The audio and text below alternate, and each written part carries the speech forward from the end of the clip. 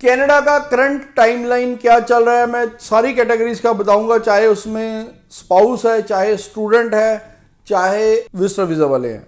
तो सबका आज की डेट में मैं आपको टाइमलाइन भी बताऊंगा और करंट जो उनका क्या सिनेरियो चल रहा है, कितनी वीजा सक्सेस चल रही है, वो भी आपसे शेयर करूंगा।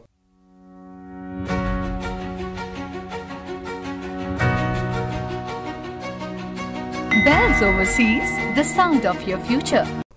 हेलो एवरीवन, मैं कपिल भाटिया, आप बेल्स ओवरसीज से। बेल्स ओवरसीज से आप कोई भी क्वेरी कर सकते हैं हमारे हेल्पलाइन नंबर 6292062920 पे कॉल करने के बाद। तो कनाडा का जो करंट सिनेरियो, सबसे पहले बात करता हूँ स्टूडेंट्स की। तो जो स्टूडेंट्स का लिए अभी भी जो पोर्टल दिखा रहा है वो 10 वीक्स दिखा रहा है। 10 वीक्स का मतलब कि अप्रॉक्सीमेटली 2.5 मंथ। तो जो रिजल्ट्स है वो भी अप्रॉक्सीमेटली 2 मंथ एग्जैक्टली ले ही रहे हैं। जो अभी रिजल्ट्स आ रहे हैं 2 मंथ क्यों ले रहे हैं? क्योंकि 2 मंथ पहले जो LOA वेरिफिकेशन के कारण वो थोड़ा सा टाइम ऐड ऑन हुआ है, तो उसके लिए 2 मंथ लग रहे हैं।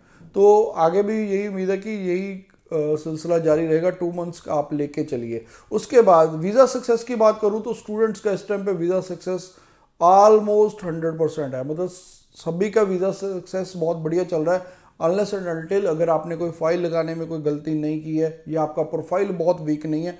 तो जो अगर मैं SDS की कैटेगरी की बात करूं तो सभी को वीज़ा मिल रहा है। हाँ, नॉन SDS का वीज़ा सक्सेस बहुत कम है। नॉन SDS यानी कि जिनका IELTS में 6 ओवरऑल नहीं है या PT में ओवरऑल 60 नहीं है, उनका वीज़ा सक्सेस बहुत ही कम है।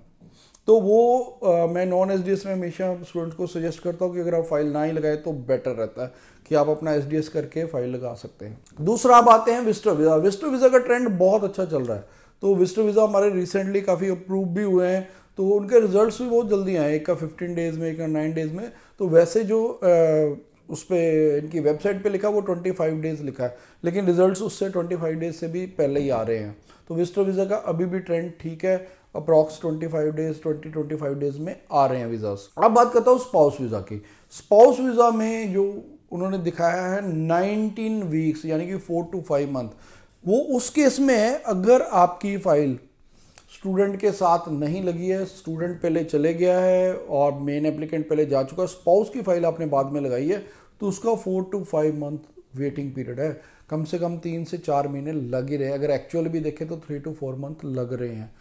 तो लेकिन इसमें एक फ्लॉ है, अगर आपकी फाइल इकट्ठे लगी है, यानी कि स्टूडेंट और स्पाउस की अगर फाइल आप इकट्ठे लगाते हैं तो आपका रिजल्ट वही स्टूडेंट वाले टाइम में ही आ रहा है। रिसेंटली आपको पता, मैंने पिंकी मल का विद फैमिली वीज़ा लिया है। पिंकी मल स्टूडेंट थी, उनके हस्बैंड, उनकी बेटी, उसके बाद रंजना कुमारी उनके हस्बैंड, उनका जो रिजल्ट था वो भी अप्रॉक्स 2 मंथ में ही आया है। तो मैं हमेशा रिकमेंड करता हूँ, अब कनाडा में आप अपनी फाइल स्पाउस की इकट्ठे ही लगा सकते हैं और इकट्ठे ही आपका रिजल्ट आएगा, इकट्ठे ही ट्रैवल करोगे। इसके लिए आप बेल्स ओवरसीज की जलंधर, लुधियाना या अमृतसर ब्रांचेज में विजिट भी कर सकते हैं या नीचे हमारे हेल्पलाइन नंबर पर कॉल कर सकते हैं।